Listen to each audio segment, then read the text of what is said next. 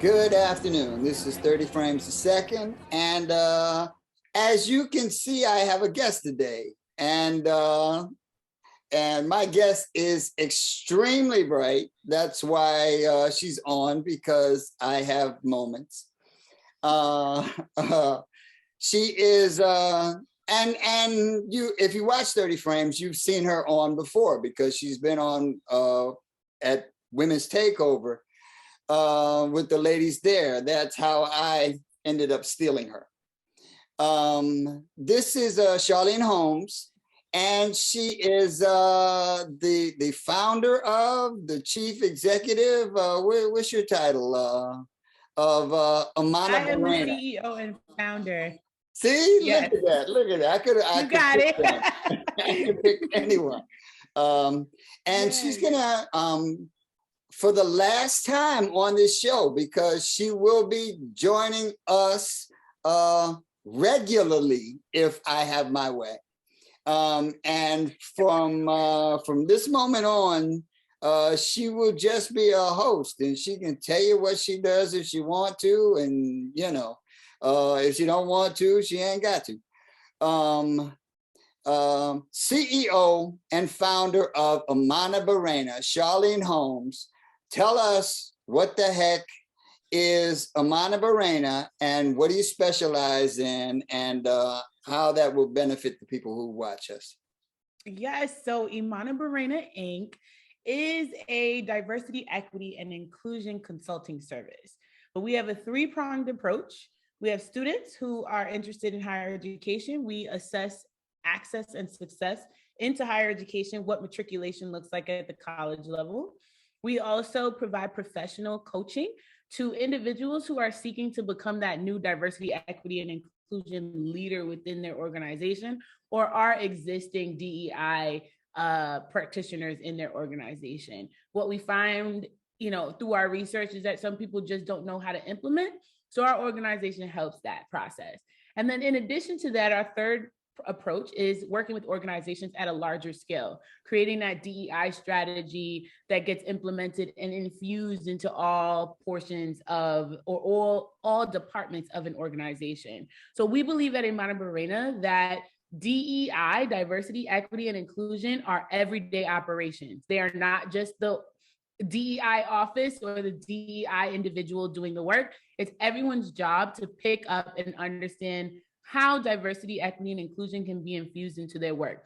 So that means the chief executive officer, like myself within my organization, or a board that oversees that organization, all the way to frontline workers, even the facilities managers should understand what DEI is and how they can infuse that into their everyday practices. So Amana Barrena is here to provide you with that through workshops, trainings.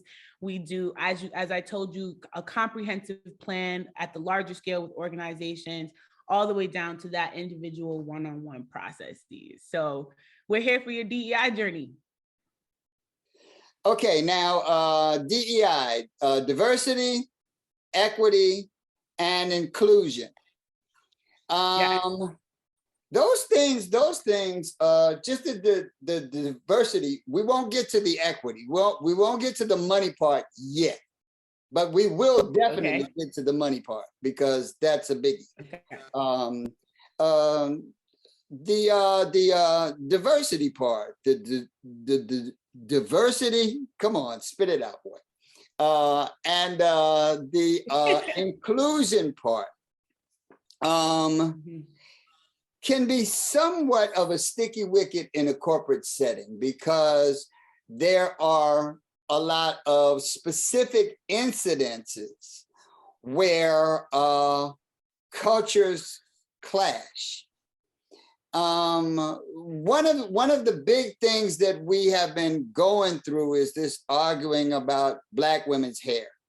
That is a big sticking point in the corporate world. So more and more Black women are being mandated not to wear their hair or dress in such an ethnic fashion. Do you deal with issues like that in Yes. So we have to deal with issues like that, right? So these are like, I like to call them, you ever played whack-a-mole? Is that something you've ever played? Yeah. So you know when you whack first, a bowl comes up, you have to whack that. Then the next bowl comes up, you have to whack that. Sometimes we can see DEI as like a whack-a-mole game, right? Where, and by no means am I invalidating people's lived experiences by creating a correlation with the game. I just want to illustrate something to you all. So playing whack-a-mole means all these little issues pop up, and one of them is the Crown Act, right? So creating a respectful and open world for natural hair. It's a law. It's a law that was federally mandated, and there are 13 states as of June 2021 who have already implemented that at the state legislative level. And so we need to understand that when we're talking about hair, when we're talking about ethnicity, when we're talking about or discussing culture, our job as DEI practitioners is to bring these types of issues to the light, because we need to begin to affirm identities instead of moving in a space where people are not allowed to bring their authentic selves to work. Now, I don't mean authentic in, don't get caught up with, oh, I'm my authentic self. I could be ratchet, I could be ghetto, I could be a Cardi B at work. No, you leave your Cardi B at home, but if you have locks like me and you need to tie them up, no one should be able to say to you that you're not corporate because you have your locks in your hair. Or as women who use, protective styling. I know that when I was a loose natural, I had to do a lot of protective styling. I didn't want chemicals in my hair. I should be freely able to come to work with braids, a nice face of makeup, pretty earrings, a pretty outfit. And no one should be able to tell me that I cannot do that. We need to understand that a lot of the lens that we see in corporate have been dictated by white supremacy, have been dictated by whiteness, and wants us to coalesce to that so that our white counterparts can feel comfortable in the workspace. But I antagonize that. The Crown Act antagonizes that. ADA legislation antagonizes that. That's why people are pushing for legislation to pass, because now we can hold these corporations accountable practices. They're very exclusive, and they push people in a space where they're incapable of,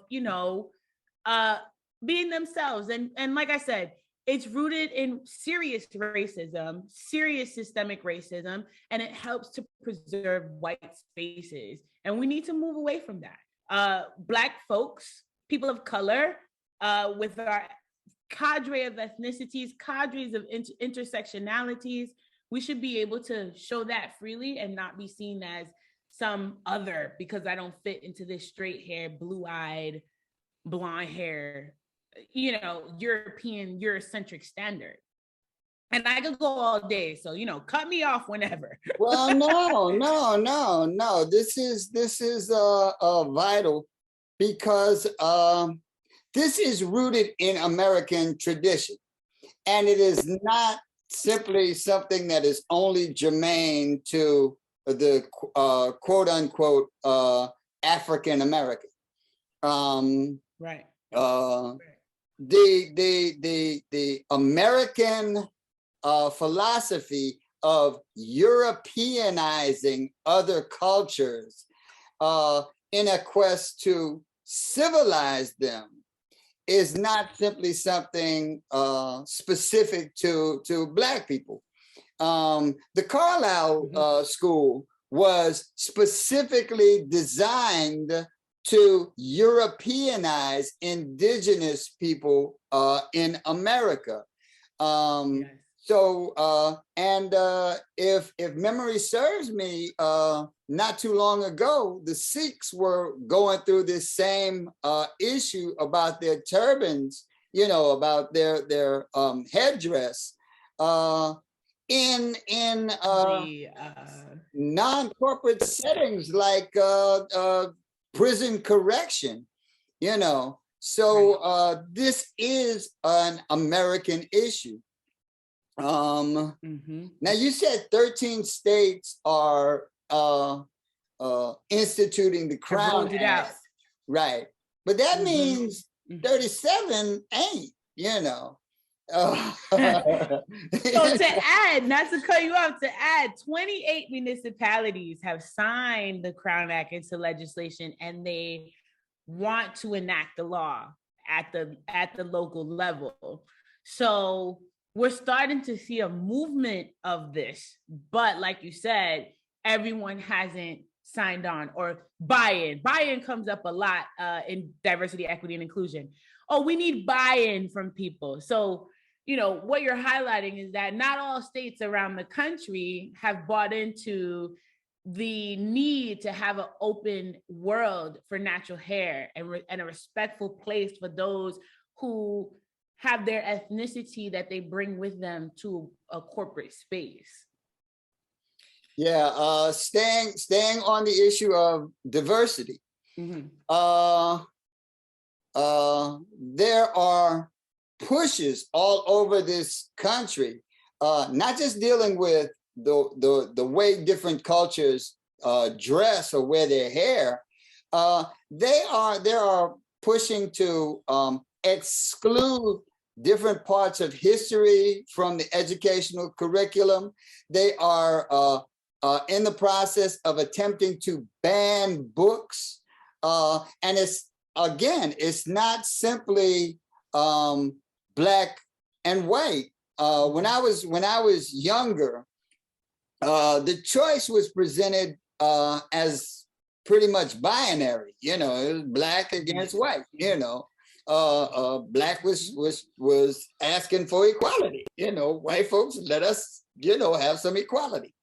But now there's all of these issues about culture.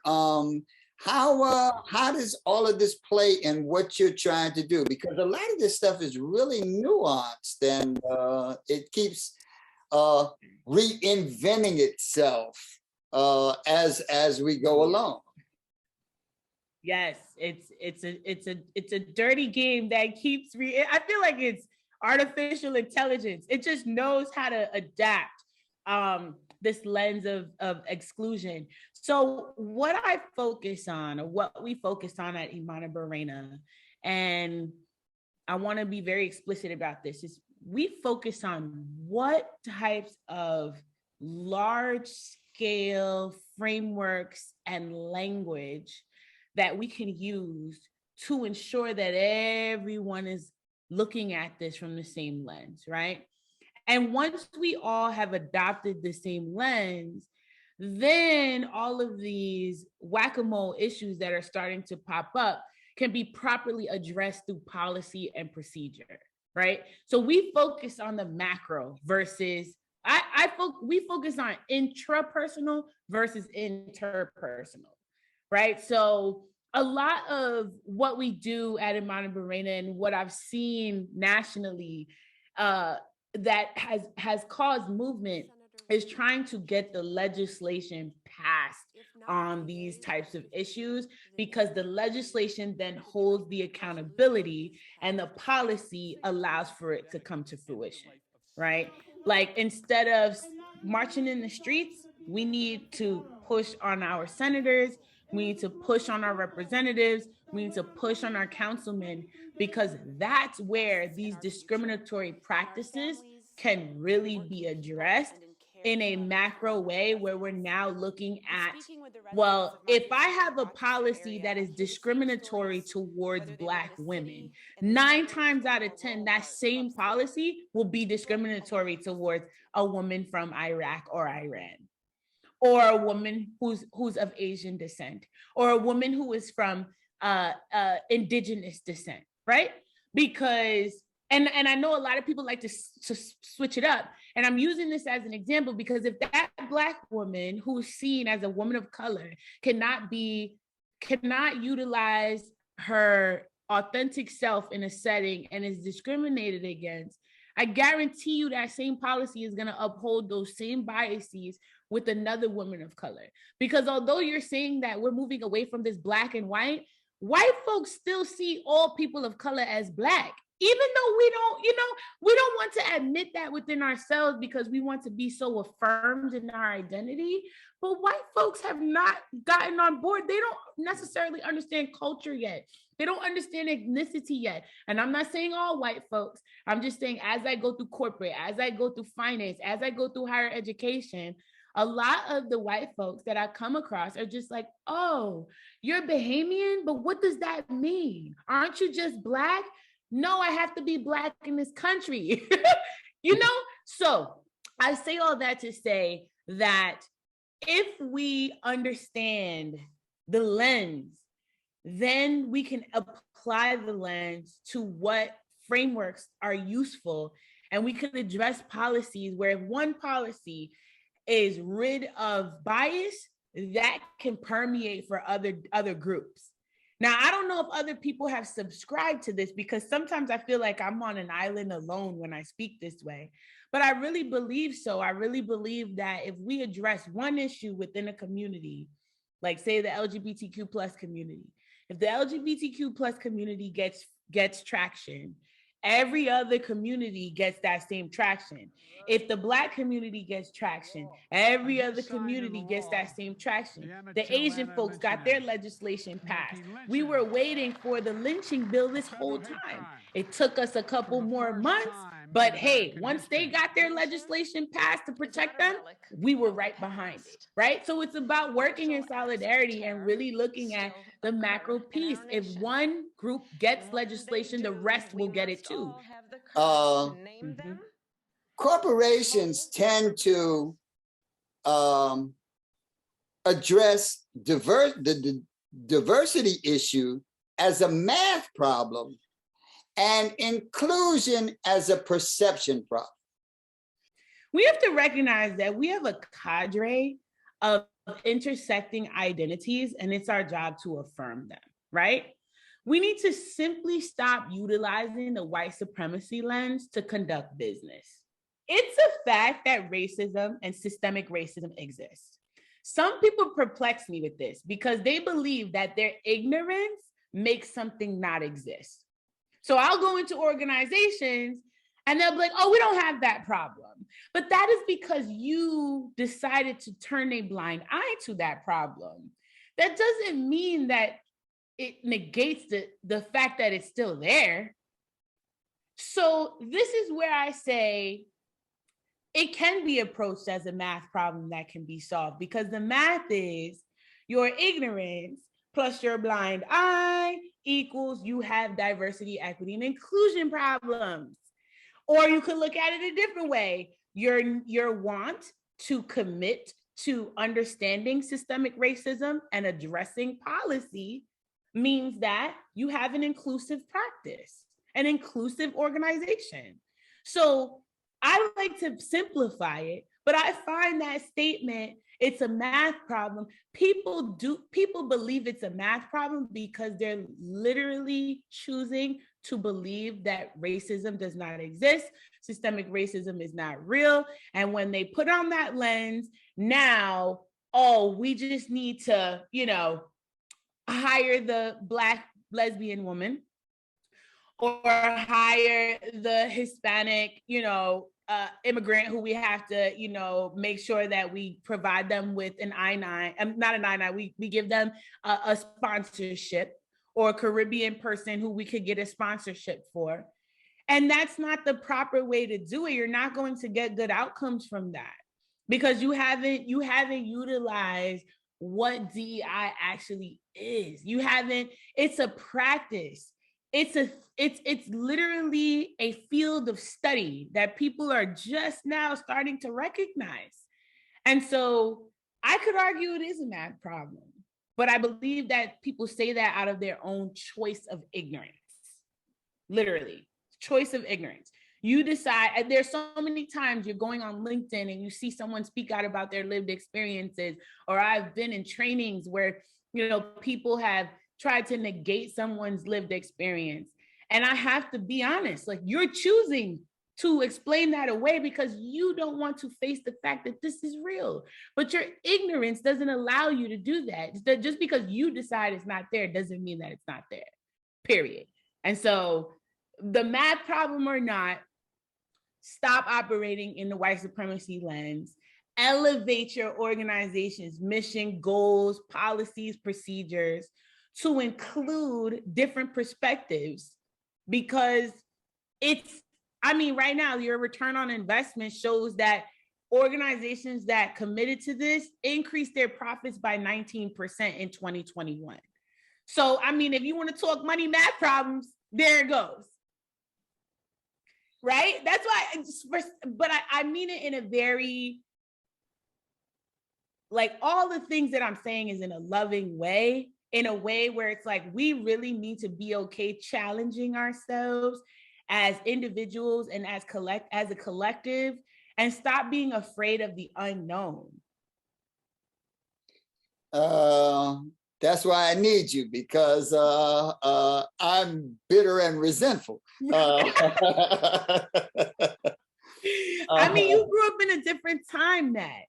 And I feel like, you have a right to be bitter and resentful. Now, don't walk around with it, because that's, we need you to live long and prosper, right? That stuff is sickness.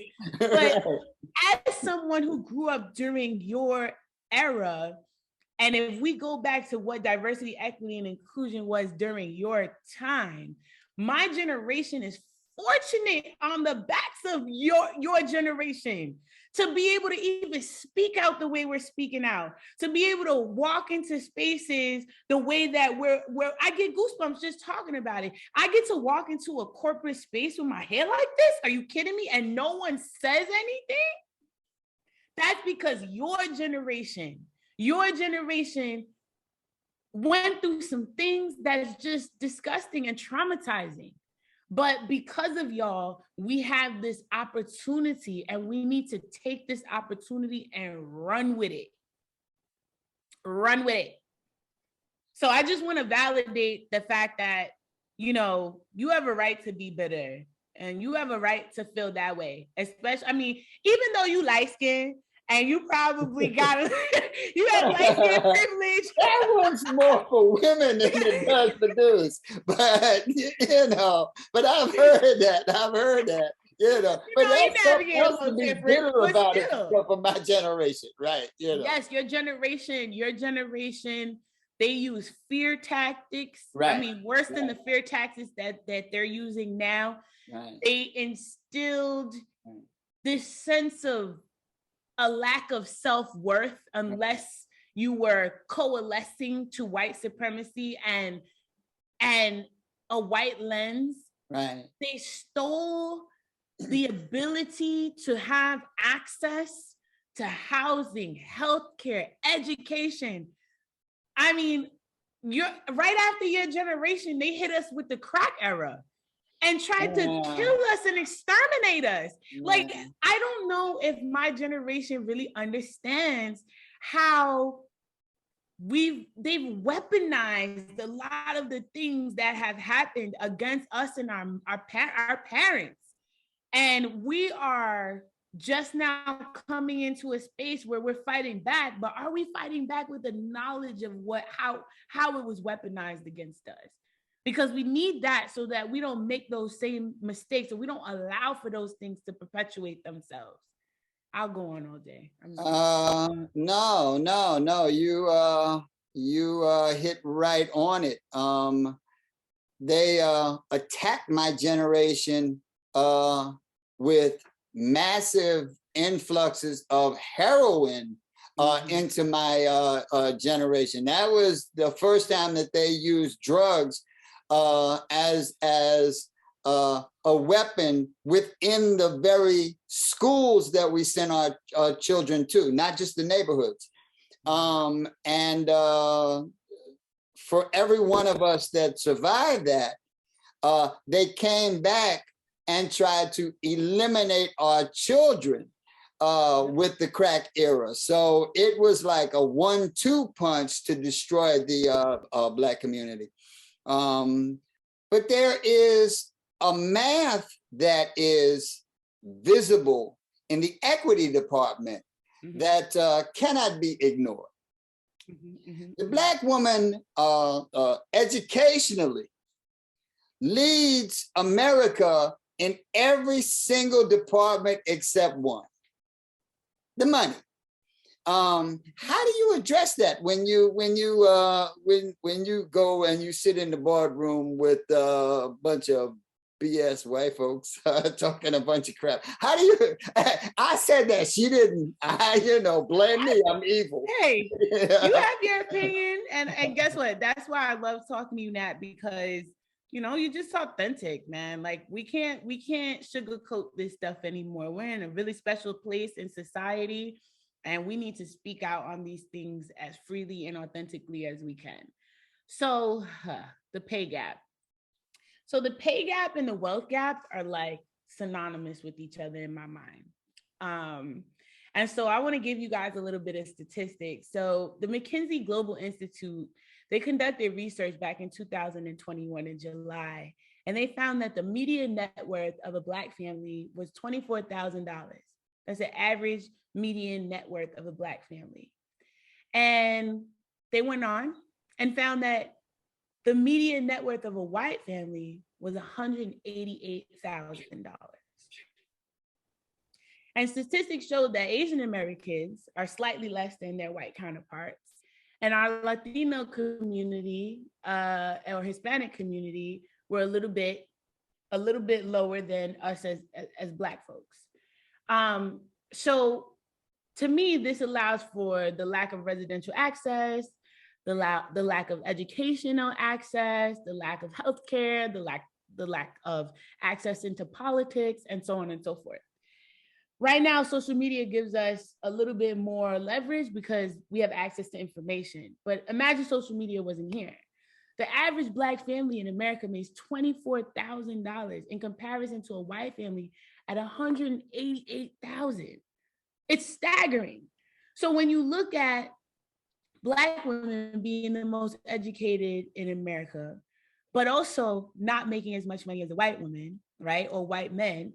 As a matter of fact, some Black women, they showed in certain cases, in certain studies, they showed that even Black women make less than Black men, right? So it was white men, Black men, Asian men, white women, Black women, Asian women, Latinos, right? When in one of the surveys that I was looking at. Now, obviously, these things change over time. COVID has caused a lot of turmoil in our country, and so this data is a little bit old. So I'm excited to see what's going to happen in the next year or so to see where this goes. But there are rumors that they're legit trying to eradicate the median net worth of a Black family to zero, right? And what would that mean for our community if our net worth is zero, right? And so I say all that to say that as a Black woman, me being a Black woman, I don't settle for anything less than I believe I'm worth. If I don't like a position, if I don't like a contract that's being drawn up, I don't take it. And so if I'm around a group of white folks, I utilize my privilege in that moment. And I say privilege because, like I said, we're in a special time. Some of us are built to speak up. And God put me on this earth, he gave me a voice. So I speak up in those moments. And I utilize these statistics. You see how I was able to make you go, or, right? I use data. Everything that I do when it comes to diversity, equity, and inclusion, and it comes to showing these corporate individuals, these board members who have held privilege, status, power, political power, economic power for so long that they have gotten so far away from what it would even be like for someone who doesn't have that type of power. I just go based on numbers. Those types of individuals, they just know numbers. And so I would go in with this stat. Black women are making this, white men are making this, white women are making this. Let's pull your data. I would like to see your data. And that's where I start.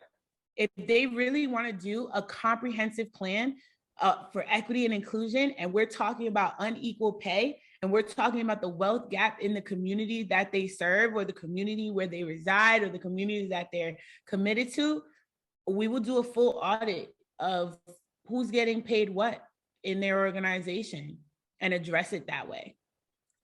There are some organizations in this country that have done that on their own and have assessed the wealth gap in their organization. And they have tried to,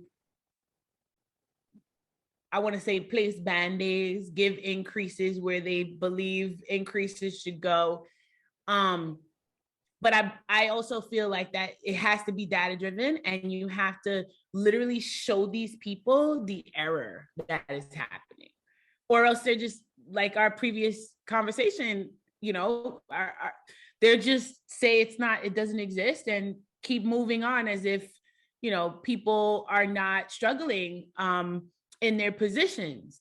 And so I hope I was able to answer your question properly, because I wanted to make sure I brought that up. And in tandem with that too, before I close out, these statistics are also correlated to a negative net worth, right? Due to high debt amounts. The Black woman might be the most educated woman, but we know that we're pushing for student loan forgiveness right now, right? It's like once again, the system redesigns itself to ensure that poverty and debt are the plight of those who don't live in this monolithic, definition of what systemic sustainability is. And so for me, systemic sustainability is you're white, whether male or female. You can imagine being able to walk into a bank and they don't even ask you how much you make, and just give you the money to buy a home. I remember one time, I'll tell this story. I have white friends. I love them. But sometimes when they're talking to me, you should, if someone could just like go into my mind and make a visual of what I'm thinking, it would be hilarious. So a white friend of mine, colleague, her and I went on a walk during lunch at work. She shared her salary with me. I'm going to be 100% transparent. She made at least $15,000 less than I did. I guess this is the first time a Black woman was making more than a white woman. I made more than her, okay? So she's telling me how much she makes, but she's also telling me at the same time that she's looking to buy a house with what she's making. And so I was seriously perplexed by that. Because I'm renting, I'm making $15,000 more than you, but I couldn't go to a bank and tell them I make this money. Could you mortgage me? I mean, you could if you have good credit and all that. So I understand that there are nuances around that.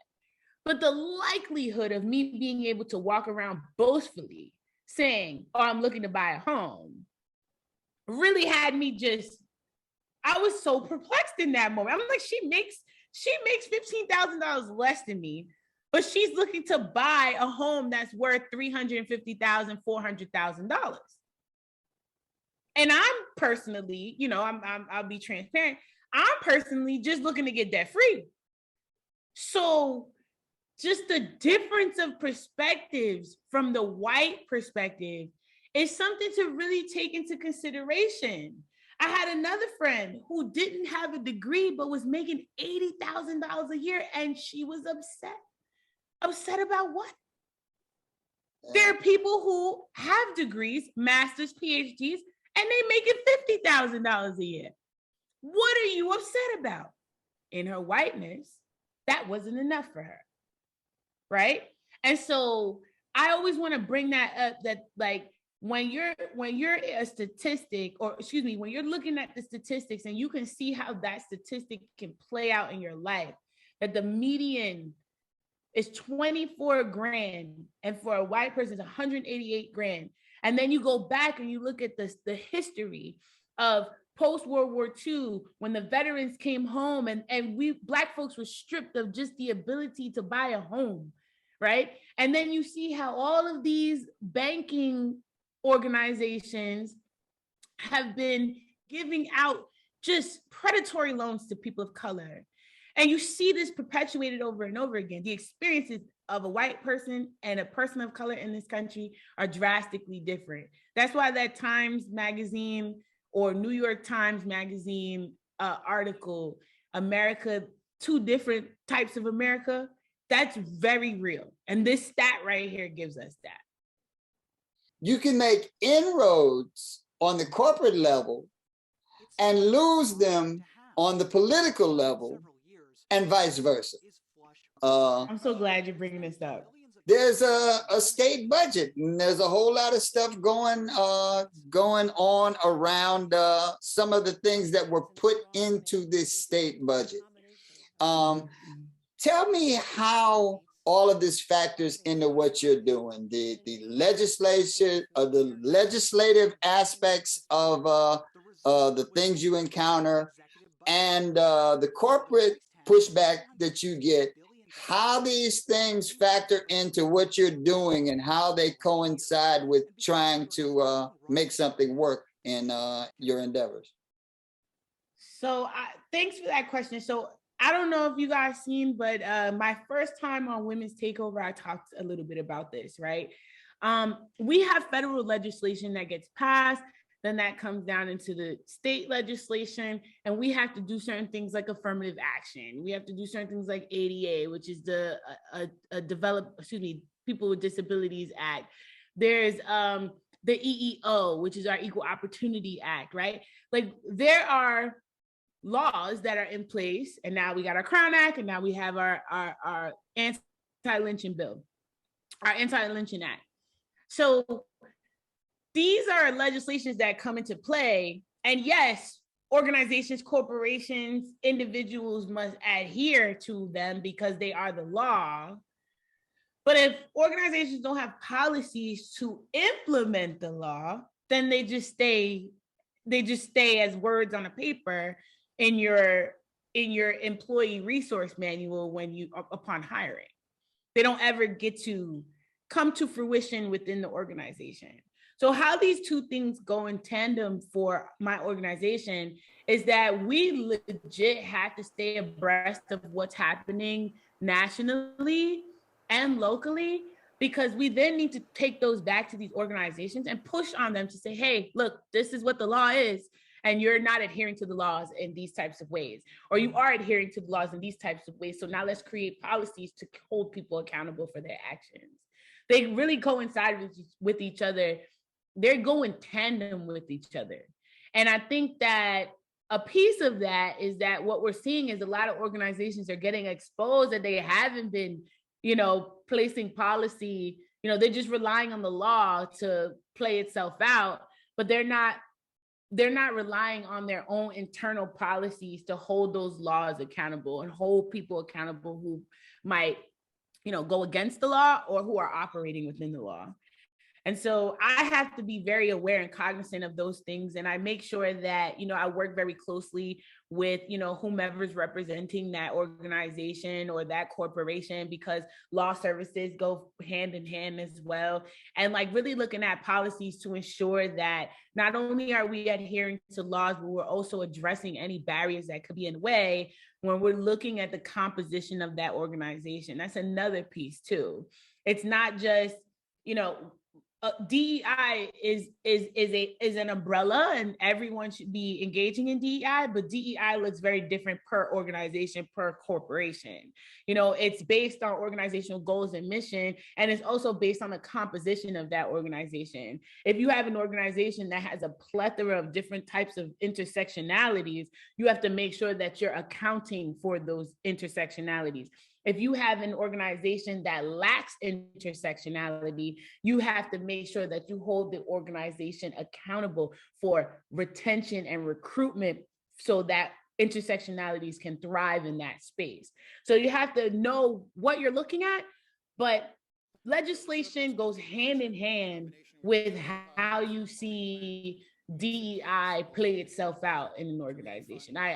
Being transparent, that's something that is at the forefront. I feel like we're not doing it right if we don't do it that way. I know that the American Rescue Plan came down the pipeline before they renewed the budget. And the American Rescue Plan had 5 pillars: sustainability, economics, inclusion, access, and I can't remember the last one. And there's a pool of money that people from organizations in the community were able to apply for to begin building infrastructure basically it was a trickle down of the it's slipping my mind right now. The Yeah, federal yeah. the federal rescue plan. Build back better. Build Back Better. Yeah. Yes, yes.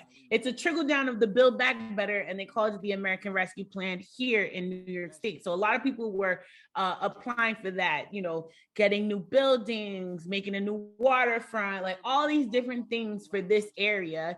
And I'm assuming that that spread across the state.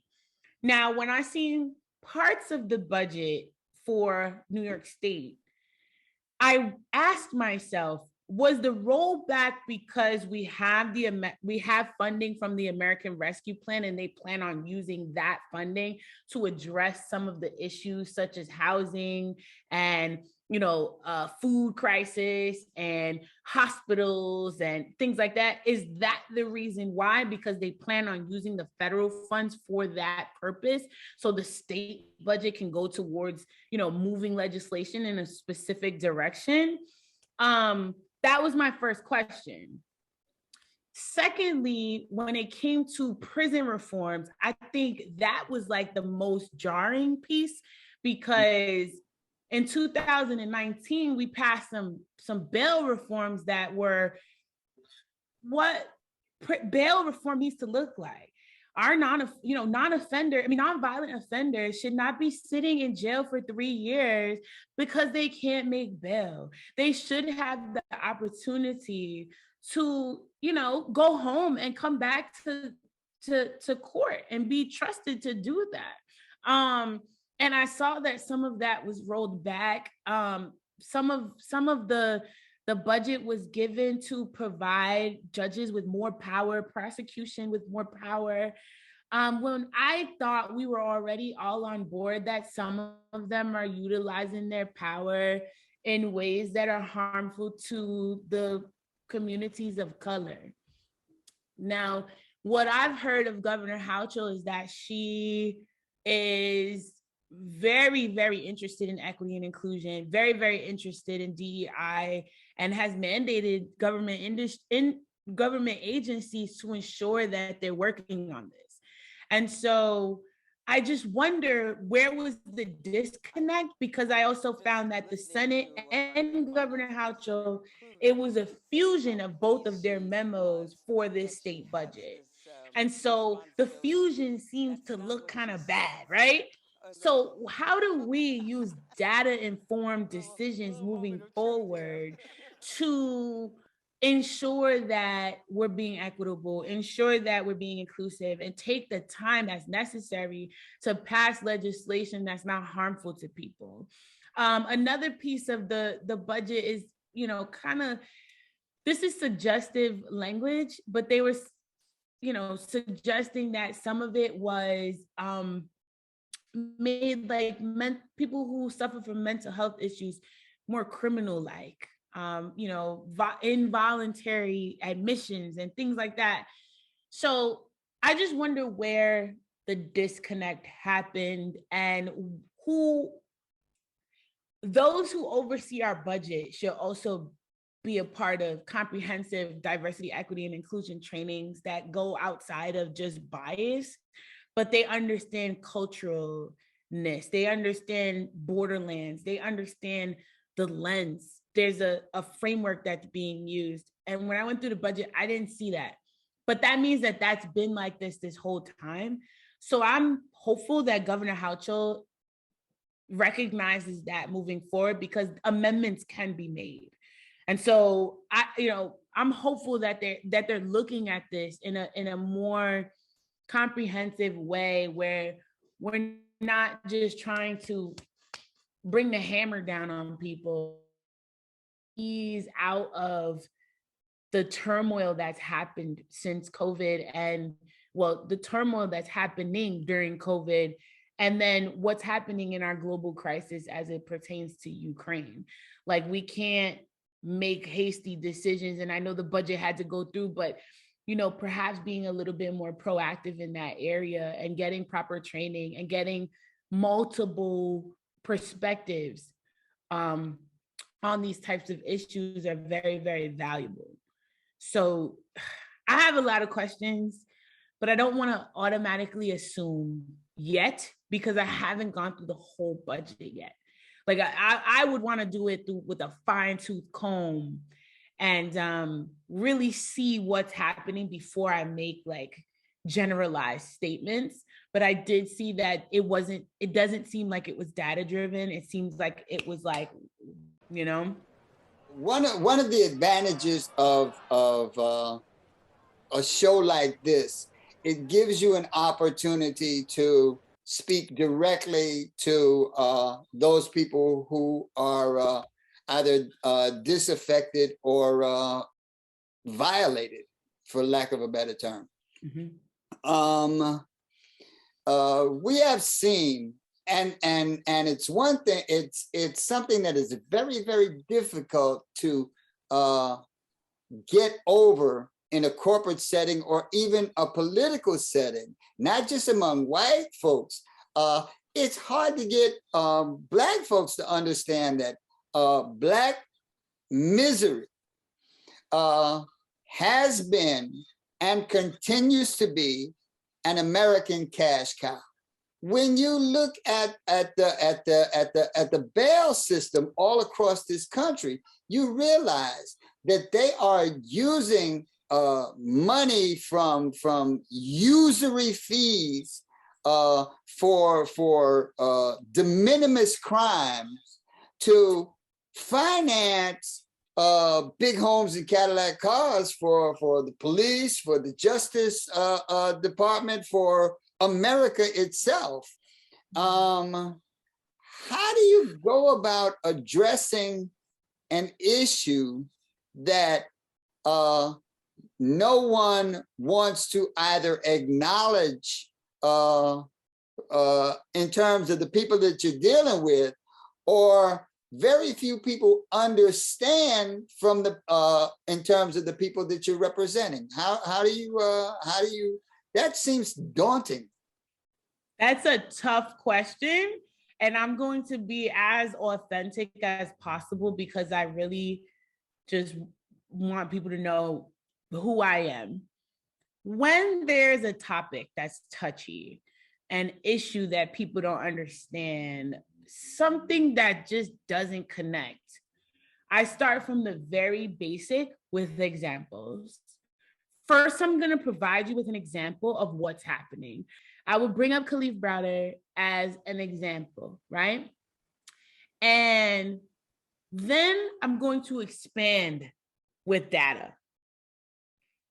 Then I'm going to expand with systemic issues and identify how they played out through that data and through that person's experience.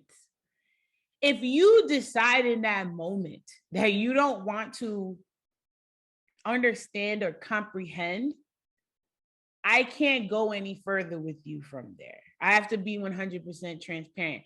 I'm like how Jesus told the disciples, if they don't accept you, dust your feet off and move on to the next house. I am not here to convince you otherwise, because this is logical and there's data to support it. If you decide that you want to reject the data and the logic, there's nothing I can do. I've presented you with the information. But those who say, oh man, that makes perfect sense to me, can we explore this a little bit more? I'll explore that with them. That's how I approach it. Because a lot of these issues that we're talking about are lived experiences of individuals who don't fit the white narrative, and white people have been indoctrinated, and people of color have been indoctrinated into dismissing those lived experiences. We have to understand that at the basics. We have been indoctrinated to dismiss the experiences of people of color in this country. And one of the reasons why is because we had to justify the ill treatment of those people. And once you recognize that and you wake up, for lack of a better term, you get woke, right? Once you wake up from that, then you can start to explore how that's played out and how you as an individual has participated in it. It's that simple to me, right? Like, and I know some people don't see it that simple, But I legit am going to provide you with the lived experience first, because that's where these conversations come from. From there, I'm going to give you the data. And from there, I'm going to show you how systemically it plays out in that data and in that lived experience. That's just how I approach it. And I try to keep my own personal emotions out of it. I had a conversation with a white man recently, and I was like, I don't put my emotions into it. What do you mean? Then you're not being your authentic self. White man, who are you to tell me if I'm being authentic or not? I choose not to put my emotions in it because my emotions are not going to help me explain what's actually happening to me. Or that's just not going to help me. I need the language and I need the data and I need to show you systemically. So that's where I'm going to start from. But if I'm yelling and screaming, fight the power, or, you know what I mean, Black girls rock, or like how my earrings, I'm flexing my complexion, I'm not getting anywhere. That's my personal journey, though. I'm not saying that other people cannot do that. But for me, that doesn't work. I need you to understand exactly what's happening. And if white people hold political, economic, and social power, then I need to speak to you politically, economically, and socially. And for Black folks, since you hold social power, I need to speak to you socially, right? Just understanding people is very important. So that's how I approach it like that. Because there are so many different nuances of issues that are happening, but they are stemmed from somebody's lived experience. Someone endured something from the system that was harmful to them. They talked about it, we ran data on it, and we proved that it exists. Is it that hard? Like, correct me if I'm wrong, Nat. Am I wrong? No, not even close to being wrong. Tell me if I'm wrong, because I'm willing to take it. No, if you need someone who is emotionally unstable, I guarantee you, if you keep tuning in, you will see me in all my glory. Right. No, but I feel like emotions show up in different ways. Like for me, sometimes I will get emotional about things. Like I will, but I'm going to make sure that in my emotions, I'm showing you factual evidence. So you don't get to weaponize my emotions against me. That's what I'm trying to say. Right. No. If you focus all of your attack on one side, you will easily be defeated. So one of the reasons why we are so blessed to have you with us is because you are so logical and so direct, and I need that. You know, I'm like a math guy that you guys have pissed off from time to time. You know, you got the right. Hey, listen, you know, you got the right to be pissed off. They know. In any event, we are going to continue to bring you back because, as I said, you are an asset, a blessing, and we're gonna keep like bringing it to you tougher and tougher and more raw. And we're gonna try to make some things happen. 30 frames a second, baby. Hey, listen. If is there some way you'd like to close this, or do you want to give people some information that they can get in contact with you directly, or close it like you see fit? All right, guys, it's been a pleasure to be here with you on 30 frames a second. Nat Wood, you are amazing. I love you, brother. Thank you for this opportunity. If you all are interested in getting in contact with me, my website is www.imanabarena.org. Just how you hear it phonetically is exactly how you spell it. IMANABORENA. Check us out. Go to the website. You'll be able to go to all of our social medias. We're coming here just trying to share this information with you. And once again, I want you guys to know, I love you and I love you, Nat. Thank you for this opportunity. It has been a blast, and I cannot wait to see you guys again.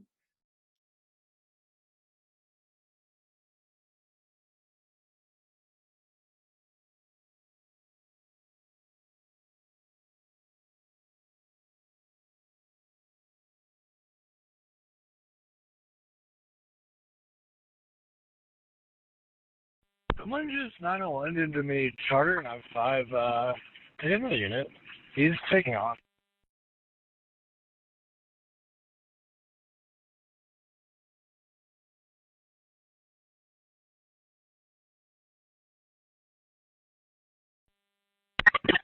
Sorry, 33, he fled westbound charter. I lost visual. I don't know if he hit the freeway if he goes by his CHP.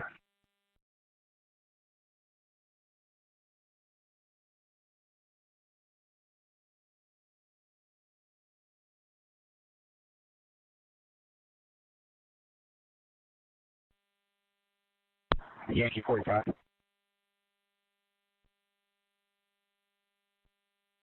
Yankee 45.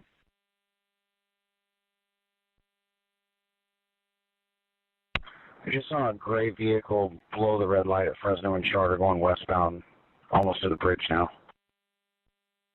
3 also, if you could advise CHP and the SO, Wanda is 481 and probably 502. I'm southbound Robert, trying to catch up to 1. I'll first in the 900 for T19 southbound Robert. 19 and a half, southbound Robert's at Rollerston. Eastbound Rollerston, speeds at 42, no traffic, no bed. Yeah, looks like we're coming up to a dead end here. Units en route, copy. Rollerston and Robert. Hands up! 19 is ramming me, Copy. 19, shots fired.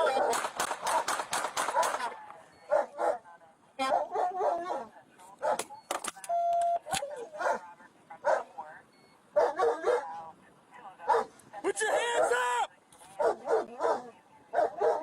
Hands up!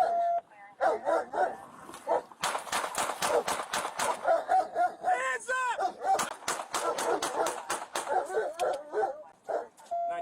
19 shots fired.